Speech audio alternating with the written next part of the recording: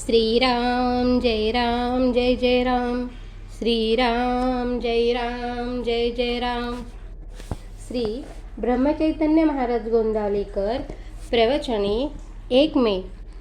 कोणत्याही कृतीत हेतू शुद्ध पाहिजे.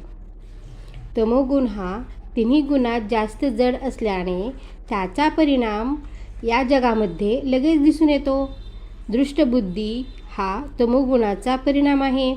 परंतु भगवंताच्या नामाने बुद्धी स्वच्छ करण्याची सोय माणसाच्या ठिकाणी आहे.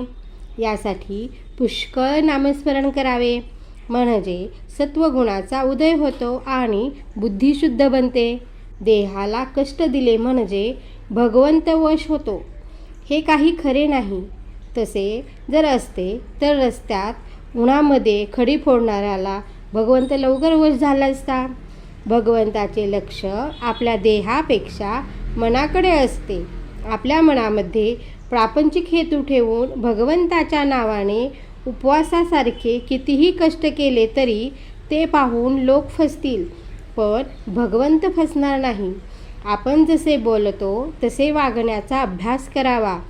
परमार्थामध्ये ढोंग फार बाधक असते. प्रापंचिक गोष्टीकरता उपवास करणे ही गोष्ट मला पसंत नाही असे महाराज म्हणतात. उपवास घडावा यात जी मौज आहे ती उपवास करावा यामध्ये नाही. भगवंताच्या स्मरणामध्ये इतके तल्लीन व्हावे की आपण नेहमी त्याच्याजवळच वास करतो आहोत असे मनाला वाटावे. मग देहाने अन्न खाल्ले म्हणून कुठे बिघडले?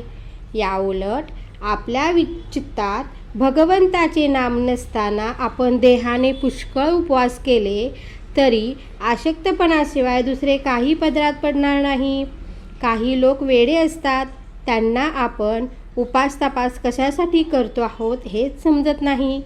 कोणत्याही कृतीला वास्तविक मोल तिच्या हेतूवरून येते. हेतू शुद्ध असून एखादे वेळी कृती बरी नसली तरी भगवंताच्या घरी चालते, पण हेतू चांगला नसून कृती मात्र फार चांगली असली तरी भगवंत त्यापासून दूरच राहतो.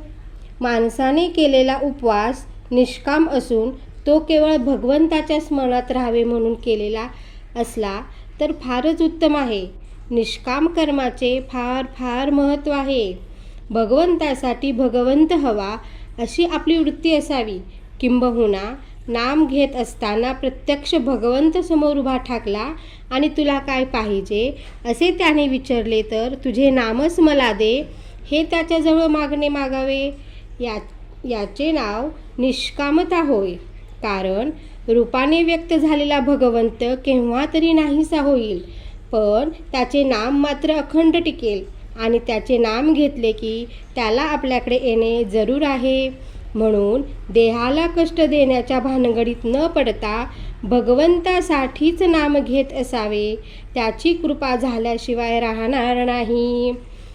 जेथे नाम तेथे राम हा ठेवावा विश्वास. कृपा करी रघुनाथ खास. श्रीराम.